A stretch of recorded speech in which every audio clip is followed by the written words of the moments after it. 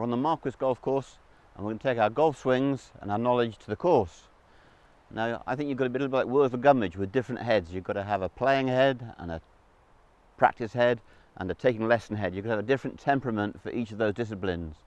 So essentially when you take your car to the mechanic, it's taken off the road, he does work on it in the workshop, puts it together, then you take it back out on the road.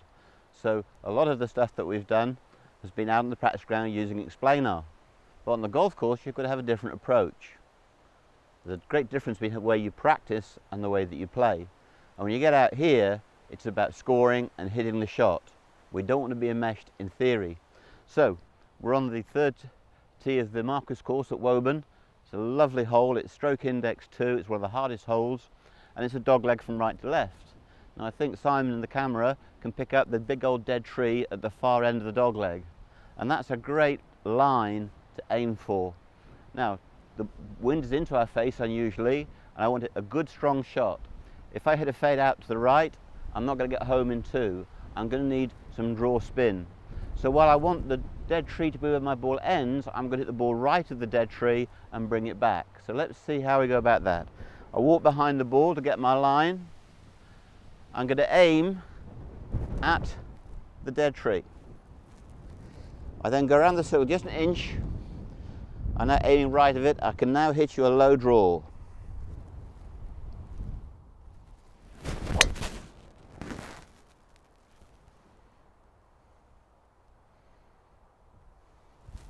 So I've taken a fairly tight line, a little bit closer to the dogleg corner than I wanted to, but I think when I get down there, I may be in the same rough, but it'll be closer to the green than if I hit a fade.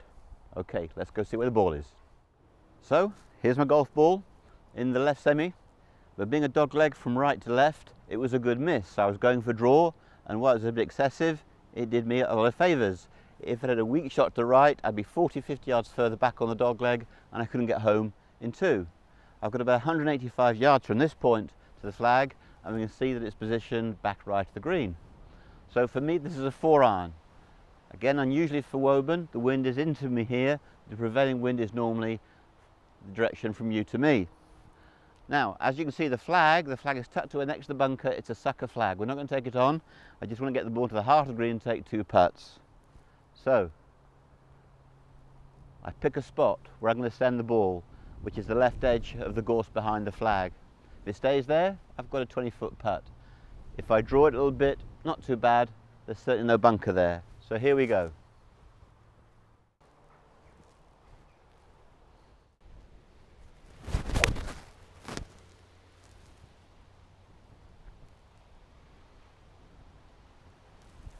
So I got the shot going the perfect line, but classically I've underclubbed.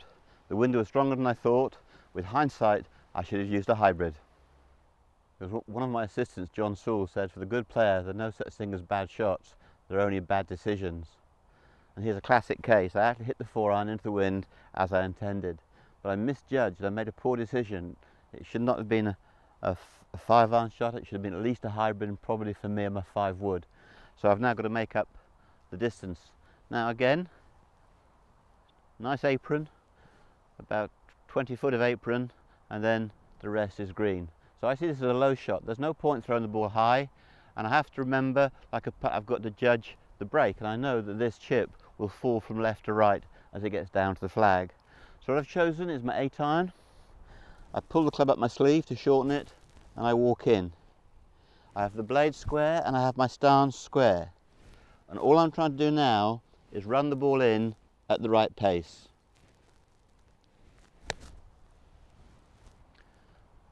As the ball slows down, you'll see it turn and come down to the hole. So 5 feet away, acceptable, not great. If it had been 2.5 feet away, that would have been good. So having hit a running chip with an 8-iron into a respectable distance, I now need a solid putt to make my par. In this lovely autumn sunlight, it's much easier to see the contours of the green. So I know I've got a putt that is slightly downhill and just a little bit from left to right. The key thing is to aim the putter. Always look at the hole before you aim. Lots of people put the putter in first. That's a mistake. Look at the hole and align the putter. Once you're happy with the alignment, then you build your grip and your stance around the club.